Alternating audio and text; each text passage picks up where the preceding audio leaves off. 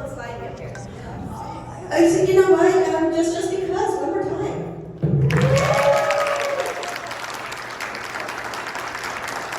Because you all deserve it. Yeah. Welcome to today's Vegas. So happy to have you here for this run of the convention year. Okay, guys. So I'm going to begin this. I want to discuss and ask you guys how you got started in the craft of acting. Give me your acting journey. Long story. How I got started? Well, let's see. You want to go first, Gaylen? No, go ahead. Okay. Gee. The first play I was in, I played a woman in a French play in French. That was in high school. But then, when I became an adult, then I trained in New York at the American Stanislavski Theater, the ACT, San Francisco, American Conservatory Theater. And I was like a classical stage actor. And then, did some TV commercials and some TV. And then when this film came around, Romero came to New York, because I knew his then girlfriend, who became his wife later, Christine Forrest. Christine and I went to college together. And that's how I got introduced to George, and he auditioned me, and everything was like history after that. He was a great man, George. What else you want to know? Is it on? Yeah. My first role as an actor, I played a chicken. So you can only go up, right? So I was taking, I was working with a literary magazine and poetry, and then I thought, oh, acting could be interesting. So I took classes, and I was doing plays in New York, and then I was in an acting class, and a friend of mine at the time said, they're casting blondes for this role, and this was Dawn of the Dead. And I never heard of George Romero. I didn't know anything about Night of the Living Dead. And, but I had a resume, and a lot of the things on the resume I sort of made up, because that's what she did. And it was years later that I was on a panel with George, and I said that, and George turned around and looked at me and said, now you tell me this? But we had a great time, and so I got the part, because I did a monologue that scared George. The monologue scared him, and I think that made an impression. So when you guys were younger, like before that, did children you always wanted to be actors or performers, or did this kind of just develop later? No, I wanted to be a musician because I'm a pianist. So that was my life mission, was jazz, against the will of my parents, who were going to divorce me as a son because they equated jazz with drugs and all kinds of things, and we fought a lot. But I still play. I can't really injure my hand. I can't injure my hand, but that was what I was trying to do. But I did play with some jazz groups, and I went to jazz clubs in New York City, and the most famous club I ever went to was called Slug Saloon, and it's still there, and it's like a pure jazz club. And I was really young, right? And I went there the first time I was 15. You're not allowed to drink when you're 15, but the bartender, this big lady, she was so great.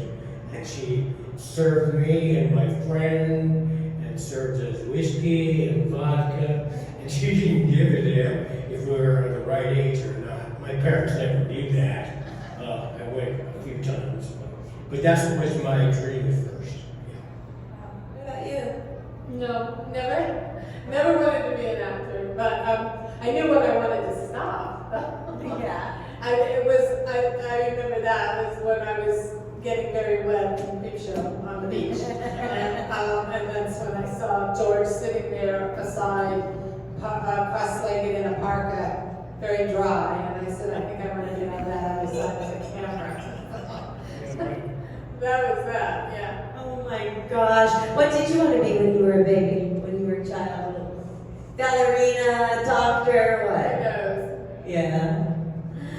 All right, so let's go on to Dawn of the Dead, iconic film, obviously made by an iconic man.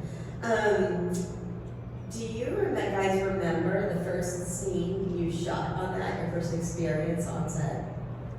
Yeah, I do. The first thing that I filmed was on the rooftop where we were shooting. I was supposed to be shooting zombies, and we had, of course, blanks in the gun, thankfully. And I remember, so George said, action, and I was shooting this gun, and then I heard cut, and then Mike Gornick, who was the cinematographer, screamed and said, tell her not to point the gun at the camera. So that was my real lesson about blanks hurt. So I didn't kill Gornick, which was a good idea because the film went on. But that was my first moment in the film. I think the first thing we shot was we did all the exteriors first. Yeah. And on the roof, as Gaylen just mentioned, and with the trucks, and all of that. I think the first scene I shot was when the helicopter landed. We got out and it was freezing cold. I'll never forget that. I don't know if you remember Gaylen, but George had somebody give us ice cubes. Oh yeah, because it was so cold. He stuck on an ice cube and then it matches the So you wouldn't take breath? So you wouldn't see all his breath. But that was the first scene. But then right after that, we went into the tenement building, and they blow the guy's head off, and Wooly is trying to go crazy, and I jump on him, and that was quite interesting, I have to say. And then right after that, then we did the scene in the basement where all the zombies were devouring and eating each other. You see these things in script, but when you see it in person, it's a whole different experience. And I looked at George when we walked into the basement room where all the zombies were, and I said, George, this is really disgusting. And he just grinned, he went, yeah. On the flip side, do you guys remember the last scene you shot when you had to say goodbye to this project? I think we did one of the last scenes was supposed to be my death scene. I think so. I can't remember, but I think I was originally George. Peter and I were both supposed to die, and Peter was going to shoot himself in the head, and I was going to put my head through the helicopter blade. And we shot it, but George didn't use it. So he decided it was too depressing and dark that we would all die at the end and somebody should survive, and as if I could actually fly the helicopter where we could possibly go with me flying. But but then they used but they did, Savini did cast a mold of my head thinking that it would blow up in the helicopter, and then he used it for another effect somewhere else in the film. So nothing went to waste. The last thing, I'm not sure. Your death scene? Did you die last? Maybe that's what's the last thing. Did they film it chronologically like that? With the makeup, I think. Yeah. Yeah, no, you're right, actually. It was when Roger becomes a zombie, and that is happening, and Kenny's sitting there with the gun, and that was interesting to play that, to find some kind of reality, what is that in and out. And, I asked George if to bypass Kenny being shot on the screen, because I didn't think it would be very sympathetic. And he decided not to, which I was thankful for. I wasn't parading my ego as an actor, I just asked him politely, and then he never did it. Blown away in the screen. But it was fun doing that, it was interesting. So the makeup was, I thought, quite good for that. It was a bit different than everything else. You know how they did the makeup on that? Anybody? Who knows? Wasn't some sort sort of appliance that shrunk as it dried, so that's why it brought up the wrinkles on your face? Yeah, it was this tissue they put on. It was a solution, which I don't remember what the solution was. And then they would blow dry it over and over and over and over, and it just shrank my skin. And then once that part was done, then you put the makeup on top of it. So, Gaylen, I wanted to discuss with you, last time I saw you, I believe it was in Chicago, and I brought a special item for you to sign, a figure skate. You had a skating scene in the movie. Can you tell me the challenges of filming that scene? Well, yeah, the skating scene. In a resume for actors, you're supposed to put special skills. What do you do? So you add up everything you ever did in your whole life, like, horseback riding, makeup. So I put it, because I used to ice skate when I was 5 or 6 years old. So I put ice skating, and it was one quiet night at the mall, and I was sitting on the bench, and George came over to me and goes, we don't really have anything to shoot right now, but you ice skate, right? And I go, sure. So there was, at the time, a big skating rink in the mall. So he said, well, we're going to bring the crew down, and we're just going to have you skate around a little bit. And I went down, and I went, oh my God, I haven't been on skates in 20 years. So I go down there, and there's a guy at the skate shop, and I said, you have to get me back on skates now. And talk me through it. So you'll notice the scene has got music and without sound, and I'm skating around, but there's a guy screaming, look up, go there, go there, and keep going, and I'm thinking, and I remember George going, we got it, it's good enough. He's like, liar. He got the shot.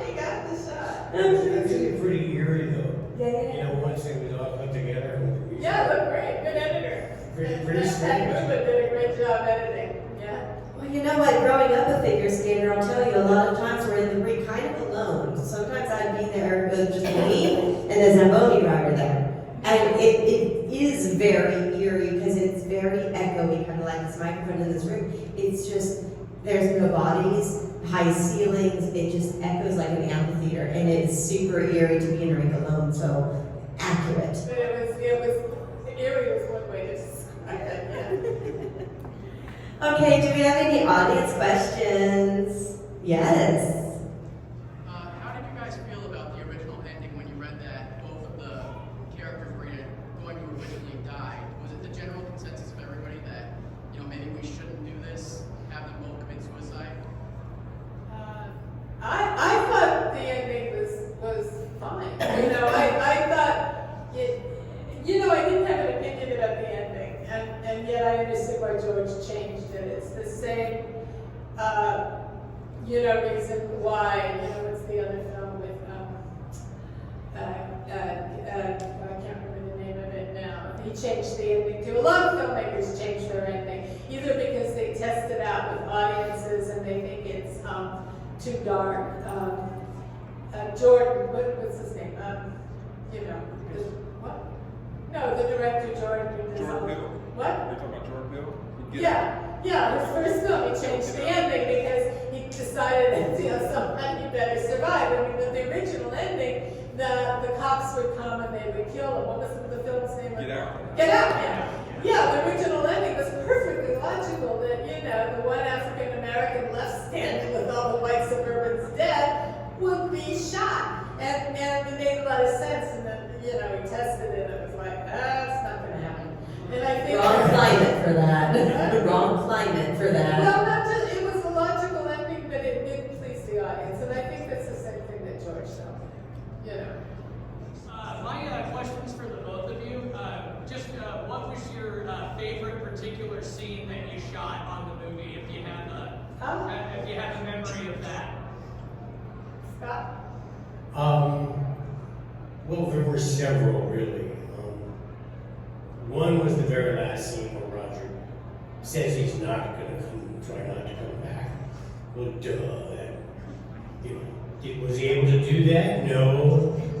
But he had an ego, he thought he could. That was really interesting because that was really challenging, because I know it was going to be super close up. One scene that I really enjoyed doing was, it was an improv when Ken and I are in the trucks and we're bantering back and forth. That's not in the script, we just made that up on the spot. That was really enjoyable. There are a lot of scenes I really enjoyed doing, but that was in particular in my memory, a great memory. I liked it when you went down the escalator. That was Oh, you that? found out, right? Yeah, that was not planned. In the script, it says Roger runs down the escalator. And I was standing up there, and I said to George, what if I slide down the middle? And he just kind of looked at me quizzically. And I said, I'll be okay as long as you have two people on either side to spot me so I don't break my back. And he said, okay, we did it in one take, you know? And so that was really fun, but apparently you can't do that at the mall anymore because they have these stunts. You know, when you destroy yourself if you try to do that. Do you have a favorite scene? Yeah, I think, you know, we were filming in the mall, and it was a point where I said to George, you know, I think, you know, the guys are, you know, getting more leverage than this woman, and we need to balance out this foursome here a bit. And so then George rewrote the scene where I come back in and do my bit about I would have made you all breakfast, but I don't have my pots and pans. And said I want to fly the helicopter, and then get all the guys eye rolling at that point. But yeah, I love that scene. And I like that George decided to give it to me. Do you either of you have a most challenging scene that you shot?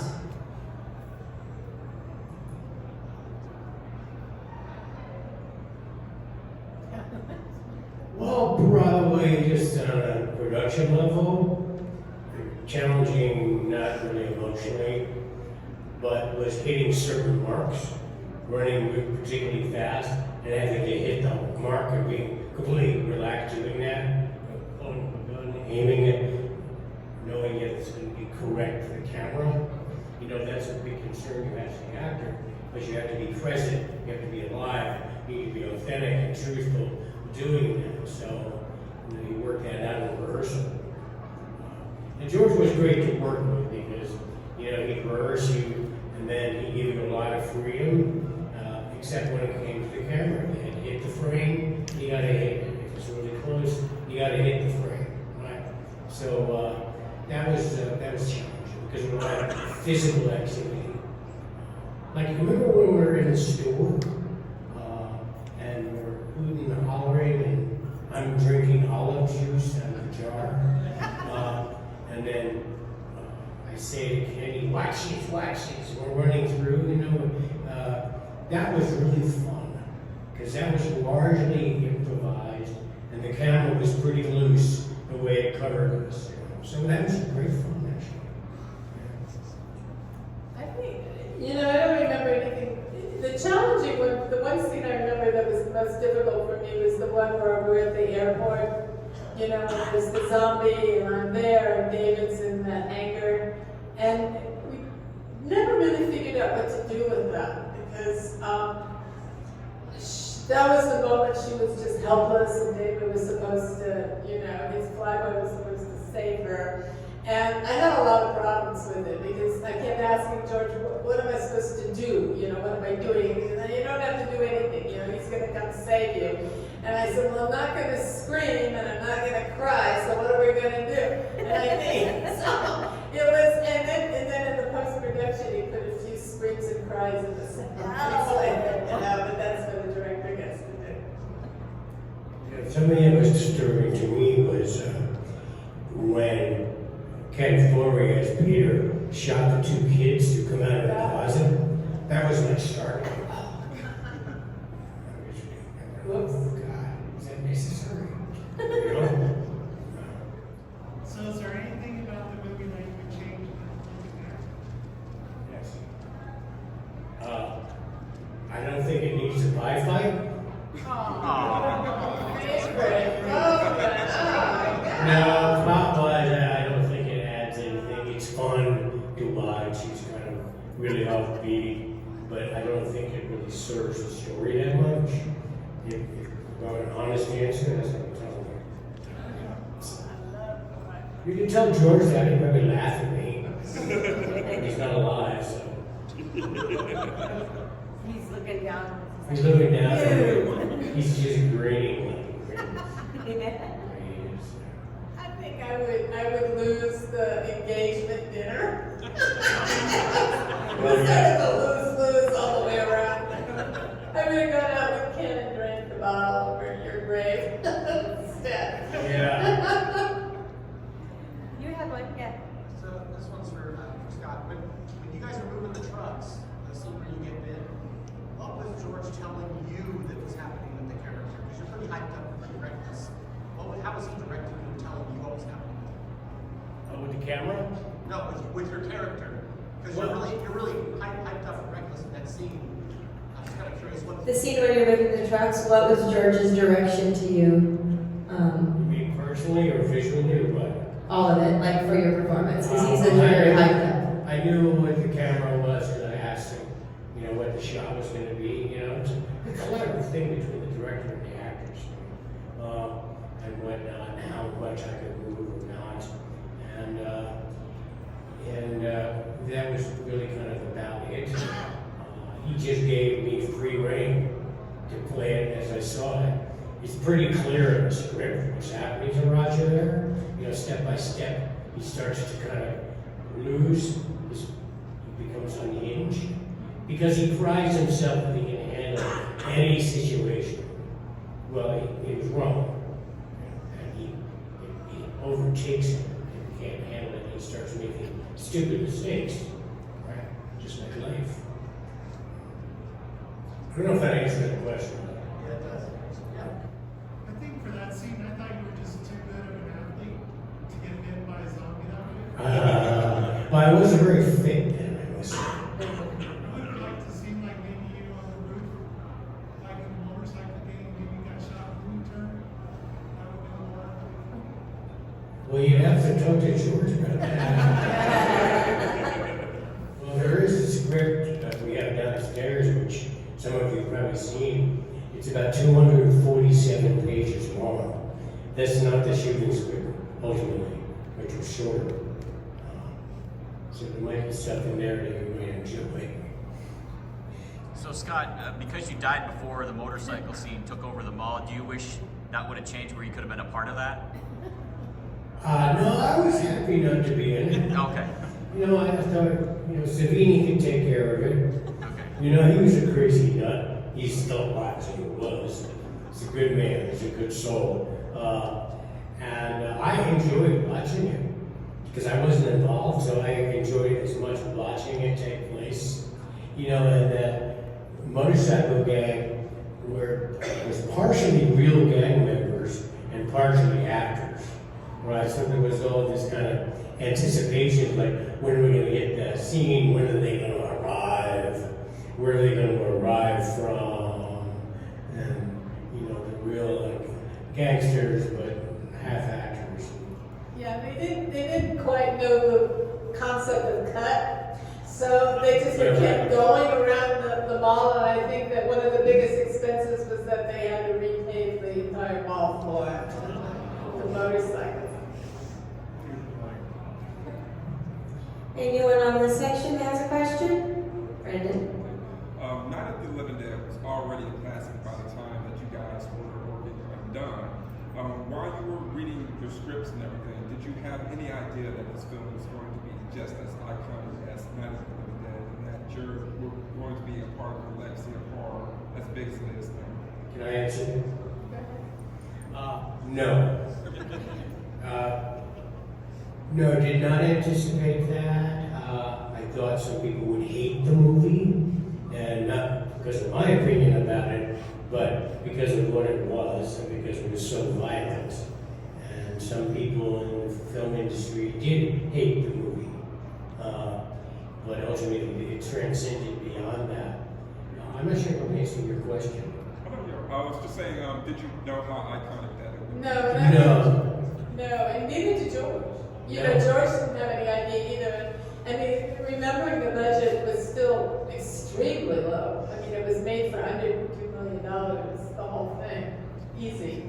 And when it was released, you know, they had to release it without a rating because they didn't want to get an X on it because of the violence. So they ended up taking it to a no rating, which meant that it could only go to a certain number of theaters that would show it. And I think initially, I think it was Roger Ebert who really became a huge fan of the film. But they had a tough time. And then all of a sudden it turned around. But I think George was surprised by it too. Yeah, I think so. Can I ask them a question? Because it kind of segues over what Gaylen just said.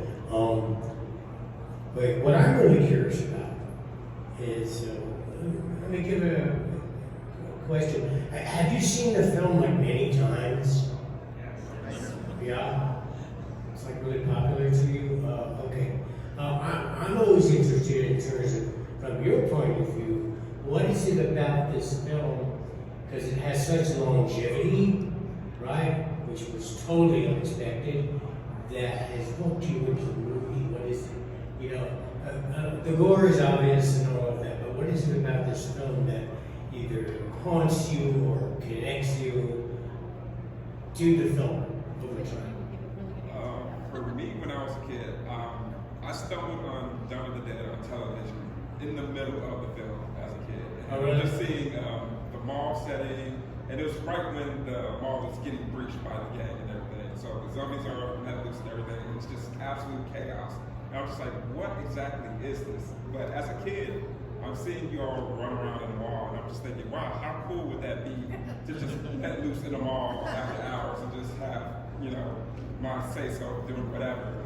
But that also ties into the fact of, like, it has that social commentary about consumerism and how we all want to be able to have our say-so, grab anything in the mall and do whatever we want to. And, you know, it's just the fact that it's a fun setting, great cast, and all the things of that nature. That's my opinion. Can you all hear him? Oh, okay, great. And you have one, right? Yeah. Okay, yeah. Mine's kind of like the same thing he said too, but also seeing how we would struggle to like survive in this zombie apocalypse. Because of course, maybe you're like in this big mall and yeah, you got everything you need, food, entertainment, all that stuff you need. But then after a while, the stress of it all just breaks you down. So like, how much longer can you stay in like this? You think to yourself, how longer can you last? And is death better or just trying your best to stay alive? So yeah, you also tackle me at a psychological standpoint. Interesting. White suit. I found that out of a lot of the zombie movies that I've watched, this one is the most relatable to the characters, as they're played as in people you can imagine yourself being. Everybody has their emotions that they show very well, and I think I've related to multiple characters at different times in the movie.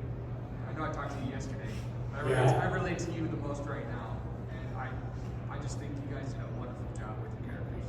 Thank you. Yes. I like that it's a time capsule. You see all the shops from the 70s Yeah. you don't find that anywhere else.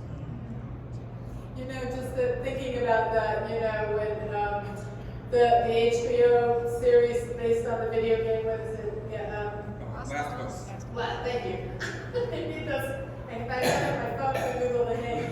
You know that? Did you know the episode where the two girls go into a mall, which was really an homage to George? They couldn't find a mall to shoot it. There was no mall that looked like it. Either they were very high end or they were decimated. You know, so they had to spend a lot of money to create the virtual mall that you see. It is all virtually done. Yeah, just answering that question. Can you talk a little loud, real loud? Please louder, please. Answering your question, the idea that like rewatching this movie last week, I think one of the lines that really resonated with me this time around was that they said that they're thieves and bad guys, but in reality, it's a shit situation, and you guys are just trying to survive. And I find that interesting that like they would view themselves, or at least Ken's character would view himself as being bad, when all they're doing is just trying to find a safe place to Yeah. I think it's just because the movie has a lot going on. Yeah. It's the first movie to portray zombies in a cartoonish, goofy light, so that's funny if everyone done before. The gore is way over the top.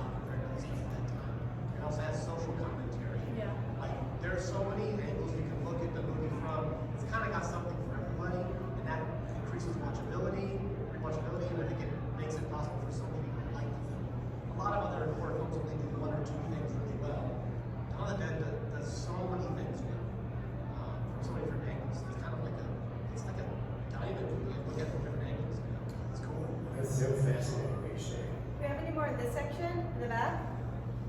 I was gonna say that is Loud, loud, loud. Louder, please. yeah, I just like the whole DIY nature of the movie. DIY nature of the movie.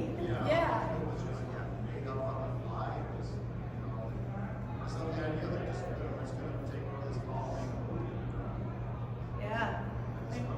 I also think, one of the lingering things that people have is that the zombies had characters, You can actually start to identify them with them. And, and George identified with them. It was crazy. I mean, the nun zombie, he made me let her go because she was a nun. And I guess the Hare Krishna had to kill him. That was okay. But, each of those zombies, the baseball kid, and the nurse, and the one who falls into the fountain, they all took on these characters, and I don't really know where you see any of these zombie films where you start to, anyway, empathize with the No, that's zombies. really good because they had a history. Yeah. You could, from not only what they wore, but how they behaved, they had a backstory. Yeah, and then they came to the mall to sort of, They that's came to what the they mall. remembered, they shopped. Green shirt? You have one? So the only other thing I wanted to add was on the survivalist part, like watching how you fortify the wall, what you're doing to reinforce it, so that I was looking at myself like, what would I have done in addition to things that maybe you didn't have time to refortify the doors, set more movie traps, did hidden doors in there. Yeah, that's a Romero call. That's story, it's basically story. Yeah. Any other thing you want to add in the back? Yeah. I would just say, like, for all of our work, it's a vicarious exploration of, like, terrifying or scary or existential situations. It's just the fact that you guys did it so well. It makes you, and because there are so many levels and layers to it, that's why I keep going next. Back to you. And also, I think, George, sort of the premonition he had at the beginning of the film, when there's just chaos in the television center, and, the anger people are throwing things, people are being thrown things and nobody believes them, this general panic that he so, had his finger on, and I think, we all sort of fear at any moment. It makes you think, if I saw this broadcast on TV, Yes. what would happen from that point Jesus, forward? yeah. How would I handle this? Exactly. You're just not in mind. Exactly. You know, it's interesting, you may be aware of this. While we were shooting the film over this period, there was a article, a front page article in Newsweek that said the mauling of America, and then there's a subtitle, I think, is what's to come. Right? And it was kind of prophetic. Yeah. Because, oh my God, we're mauled over by malls. I mean, that's what happened. George he had his own, really own views and visions of things. That was what made him such an interesting person, interesting man, and an interesting director. He was a very kind person. And he also was, I would just add, and to what Scott said, he was a visionary in many ways. I mean, the film Day of the Dead, the one that was originally supposed to have been made, not the one that he actually ended up getting funding for, but the original big script that he had in mind, which is sort of zombies meet Blade Runner, this world that he created. The idea was that the zombies would just be kept as the working class. They became the third world for all of us, as long as we fed them. And then everybody else, lived and prospered from that. And I think, he was, again, there was another sociological, economic, thinking that George had and would have been really, again, prophetic. Do we have any more audience questions? Yes. Sitting here nearly 50 years later, having been on a bunch of panels and sitting here nearly You were 5 years 15, later, right? 15 years later, if you could send a message or a dialogue to somebody watching the movie for the first time to hype them up or be sentimental, what would you tell them? For somebody who's going to watch it for the first time,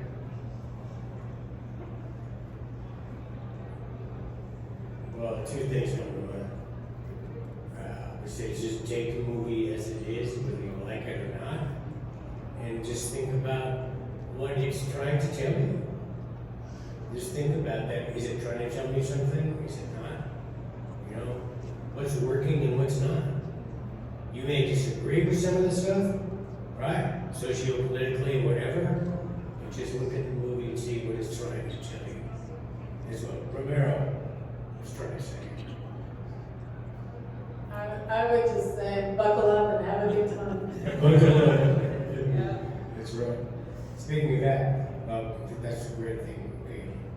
Buckle up. It's a great thing. Buckle up. George knew how to have a good time. Yeah. He did have a great sense of humor. He had a great sense of humor, and the nice thing about working with him is that he was very relaxed as a person.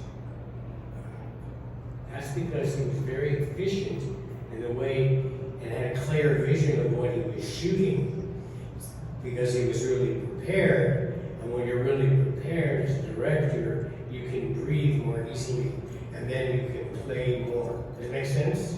Yeah. And that's why he was so great to work with. Yeah.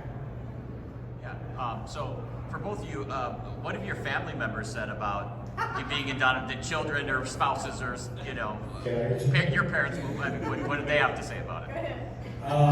My grandmother. She wanted to come to the premiere in New York City, and I said, Felice was her name. I said, you do not want to come to this movie.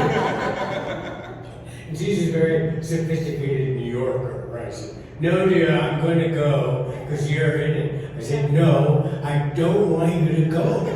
You don't need to come see this movie. And she said, was a very strong-willed person, and I said, what can I do? Anyway, so I go up in a cab with her. We get to the movie theater. We go in, we sit down, and then as soon as the guy's head is blown off, she grabs my arm and she says, I'm going to leave now. And I took her out to the cab, and I just said, I told you. I know my mother was living in Indianapolis, and my sister was, she made my sister take her, and I think my sister was going to kill me. But my mother sat through the whole film. Oh yeah, my sister was going to kill me, but my mother just sat. She didn't say a word about it, you know. That was, yeah. Oh, can I tell a story about George? Yeah. This just kills me. Because you don't know George's influences on people until you meet whoever they are. Okay? So, there was a big event at the Motion Picture Academy in Beverly Hills. It was some years ago. And George was the key speaker, speaking on the state of the horror film and the horror genre in America, in the world. You know, this is sometime after dawn. I'll never forget this. We're outside smoking a cigarette. Yes, I do smoke sometimes. And George is smoking, and George Lucas walks down the sidewalk, and he goes, George! Oh my God, it's great to meet you. You know, and he's acting like a 17-year-old teenage fanboy. I'm not kidding. You know, and this was just the greatest thing to see. I'll tell you one more story like that. Please. About Ken Foray. Do you know anybody know who Bob Fosse is? No? I'm the only one? Yes. Gaylen, explain who Bob Fosse is. No, go ahead. He was a genius. He was one of the most famous and innovative choreographers on Broadway, like ever. He kind of changed the whole style of dance and whatnot. Yeah? He's like an artist. What was the film based on this one? All That Jazz. All That Jazz. That film came out based on his life, and Roy Scheider played by Bob Fosse. So the film was up for an Academy Award. I'm sorry. I was running a limousine company for a year during that time, and we got a call to pick up Fosse at the airport in LAX in Los Angeles, okay, for the Academy Awards. So I said to Ken, Ken, you want to drive the limousine? He went, yeah, sure. So I kind of trained him, and then he picked up Bob Fosse, and this is the God's honest truth. Keep in mind, this guy's exclusive Broadway choreographer. Gets in the limo. This is no shit. There's a glass door, a glass thing, partition. He slides it over, leans forward, and looks at Kenny in the rearview mirror and said, "Oh my God, you were Dawn of the Dead. That's my favorite movie." Swear to God. No way! And this way, I'm a Fosse girl myself, studied and danced a long time, and so yeah, that's never amazing. know. This is crazy. Wow, I'm gonna have to ask Ken next time I see him about that one. Yeah, ask him. Oh my God. So tell me about that time you met Bob Fosse. I know a congressman in a Democrat congressman who was running for re-election. I was media coaching him. He was an avid fan of Dawn of the Dead. Yeah, all over the world. I met people that, I had no idea that they even and they knew about the film. It was amazing. Any big influential stars did you witness? Not geeking stars, out? just people who were not stars, that were like statesmen and, all sorts of people that, you wouldn't think. Crazy. He had a wide audience, that's for sure. So I would like to, I have to say it's interesting to know the films that, follow George and sort of have their legacy. And Jordan Peele, I think, is certainly one, and Shaun of the Dead is another, and 28 Days. Anybody see the new trailer for 28 Years Later? Wow. Did you see it? Yeah. Oh my God, I was scared. That was the most brilliant. Have you seen that trailer? It's the most brilliant trailer I've ever seen, ever. Yeah, I think it's Summer Days, right? But those films, those stories, and The Last of Us, I don't think, I'm certain they could turn into, all of those, but, yeah, they wouldn't exist without George. So to wrap us up, I want to talk to you, Gaylen. You have mentioned the last few times about Tina Romero's upcoming project. Can we talk about that? Give it a little plug, tell people what to watch out for, all that? Yeah, Tina Romero, George's daughter, had been developing a film script for quite a long time. I think George even had a look and gave her some advice about it, but it was very much Tina's, and she filmed it. She got the funding and she filmed it, and it's called Queens of the Dead? Queens of the Dead. Anyway, it's really going to be a great film, and I don't know when she's releasing it, but it's zombies and drag queens. And I don't want to give away any secrets because it's really different than what you've ever thought of, but she's got a great cast. A lot of really super actors are in it. I'm not going to tell you anything else. But if you get it, whenever it's released, I think you're... Put it on your radar. Make sure you know about it and see it and support her. Of course, obviously, you got to continue the legacy, right? Yeah, well, she went to NYU Film School, one of the best. She's no dummy. All right, everyone, please give it up.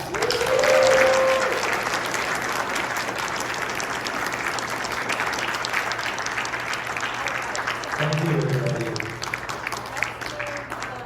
move you down there and then take a photo, okay? We're going to go down there and then we'll take a photo. All right, thanks.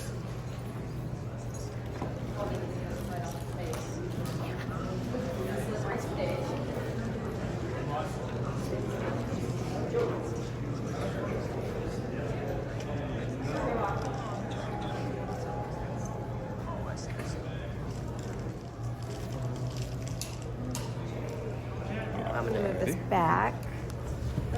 Oh, sorry. My favorite doc guy. Yeah. Yeah. Got it? Yeah. Okay, come closer. Okay, alright, let's see. Let me do a couple more.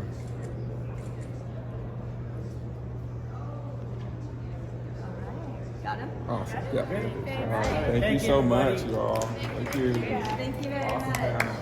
Thank you. Thank you. Thank you.